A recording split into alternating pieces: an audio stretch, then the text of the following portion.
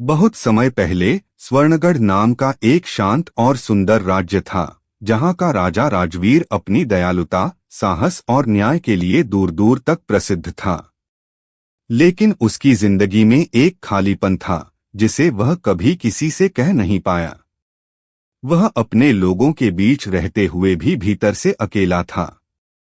उसके महल में सब कुछ था, सिवाय उस साथी के जो उसकी आत्मा को समझ सके।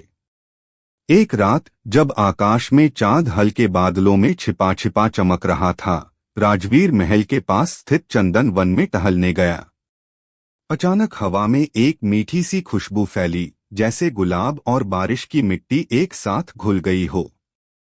हवा चमकने लगी और फिर सामने प्रकाश का एक गोला उतरा। उस गोले से एक अत्यंत सुंदर परी प्रकट हुई। उसका नाम था अवनी, स्वर्गलोक की सबसे सुंदर और सबसे कोमल हृदय वाली परी। राजवीर ने उसे देखा और पहली बार उसकी आंखों में उस खालीपन की जगह आश्चर्य और आकर्षण ने ले ली। अवनी ने मीठी आवाज में कहा, डरो मत, मैं तुम्हें कोई नुकसान नहीं पहुंचाऊंगी। मैं बस कुछ क्षण यहाँ की धरती की खूबसूरती देखने आई हूँ। इस नियम को तोड़ने की सजा कठिन, क्रूर और हमेशा के लिए थी। पंख, शक्तियाँ और अमरता सब छिन जाते। एक दिन जब अवनी राजवीर से मिलने वाली थी, स्वर्ग के प्रहरी उसे खोजते हुए नीचे आए। उन्होंने अवनी को पकड़ लिया और कहा, तुमने नियम तोड़ा है, प्यार की कीमत चुकानी होगी।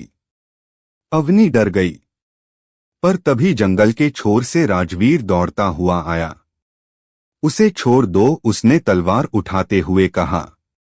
अगर उसने कोई गलती की है तो वह भी मेरी गलती है। उसे मत ले जाओ।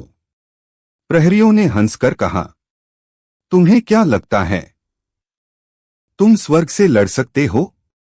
राजवीर ने कहा, मैं उसके लिए पूरी दुनिया से लड़ सकता हूं। अवनी रो पड़ी। उसने धीरे से राजवीर की हथेलियों को पकड़ा। राजा, तुम मेरे लिए अपनी जान मत जोखिम में डालो। अगर तुम्हें कुछ हो गया तो मैं कभी नहीं जी पाऊंगी। प्रहरियों ने जादुई बेड़ियां उठाईं, पर तभी अवनी ने चिल्लाकर कहा, रुको। उसने स्वर्ग की ओर सिर उठाया और कहा, मैं अपना समर्पण देती हूं।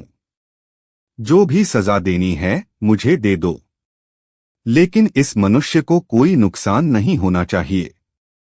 एक तेज प्रकाश उठा और अवनी के पंख धीरे धीरे जलते हुए राख बन गए।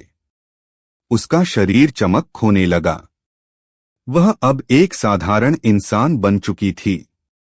राजवीर ने उसे पकड़ लिया क्योंकि वह जमीन पर गिरने लगी थी। वह रोकर बोला, तुमने ऐसा क्यों किया? अवनी ने मुस्कुराकर कहा, क्योंकि प्रेम में हार ही असल जीत होती है, और मैं तुम्हें कभी खोना नहीं चाहती थी। स्वर्ग के प्रहरियों ने आखिरी आदेश दिया, अब यह परी नहीं रही, यह एक मनुष्य है। इसका भविष्य तुम्हारे साथ जुड़ चुका है।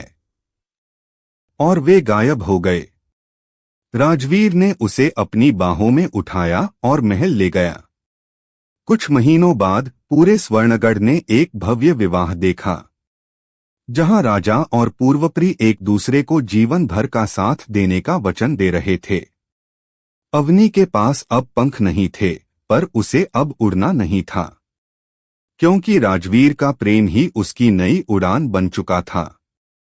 और इस तरह एक राजा और एक परी की प्रेम कहानी आकाश और धरती के बीच की दूरी को हमेशा के लिए मिटाकर दुनिया की सबसे सुंदर कहानी बन गई।